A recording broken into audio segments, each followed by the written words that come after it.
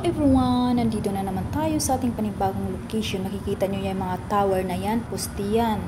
Nandito tayo sa malayo ngayon. Nandito tayo sa medyo baryo na talaga siya. Kaya may nakikita na naman kayo na mga paninda sa gilid-gilid. Yan ang tinatawag nila na cart na bahay na maliliit. Tapos may paninda sila sa loob. May mga coffee, lahat nandyan. Pero hindi siya yung grocery ha, iba yun. Ito lang yung mga coffee na pwedeng stopan ng mga pumupunta sa malayo. Yan, dyan kayo mag-stop. Tapos ito, malayo kami. Kaya yan, makikita mo yung mga poste ng, hindi ko alam kung electric na poste yan, kung anong klaseng poste yan. Basta mga poste ang nakikita ko dyan. Kasi medyo nasa dulo kami ng Chida eh. Tapos prito, yung kumbaga, pa to, parang barangay siya. Yung ganon. Dito kami, nagbibiyahe kami sa oras na ito. Ayan. Ang linis ng kalsada, hindi siya masyadong matraffic, hindi siya masyadong kasi na to madaling araw na to. Nasa na to alas 12 na to ng gabi. Kaya ayan, medyo na yan, pauwi na kami itong oras na to. At ang ganda ng itong oras na ito, ang ganda-ganda pagmasdan yung area na yung area na pupuntahan namin, kasi para siyang bukid talaga siya, bukirin siya, yung barangay siya na papasok, yung ganun, maliit ang dinadaanan namin kalsada, medyo hati lang siya. Tapos naalala ko dun sa bukid namin, dito ang mga empty nila na place, nilalagyan nila ng sasakyan, hindi katulad sa atin na tinataniman natin kasi hindi naman mainit sa atin eh. Dito kasi sobrang init talaga dito.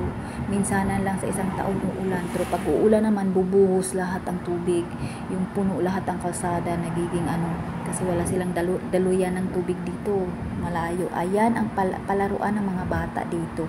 Nagmamasid lang ako sa kanila at nanonood lang ako pag Friday dito, kasi weekend. Ang daming mga tao dyan, mga bata kadalasang andyan, kasi palaruan ng mga bata nga eh. Palaruan nga ng mga bata, kaya maraming mga bata talaga as in.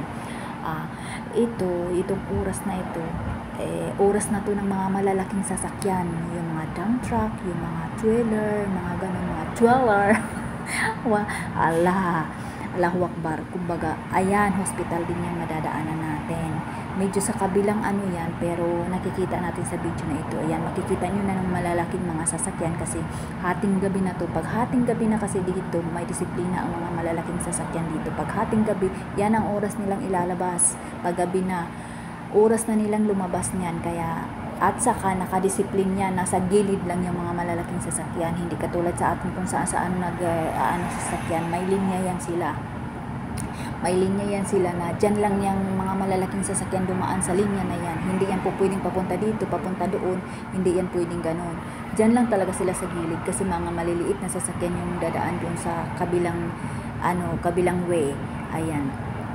Ganyan. Lagi tayong may dito banda sa Yasmin Mall. Lagi nating nadadaanan talaga ang Yasmin Mall. Kahit saan tayo magpunta, laging nadadaanan. Kasi mas marami tayong dito mas marami tayong alhamdulillah, mas marami tayong blessings dito sa area na to.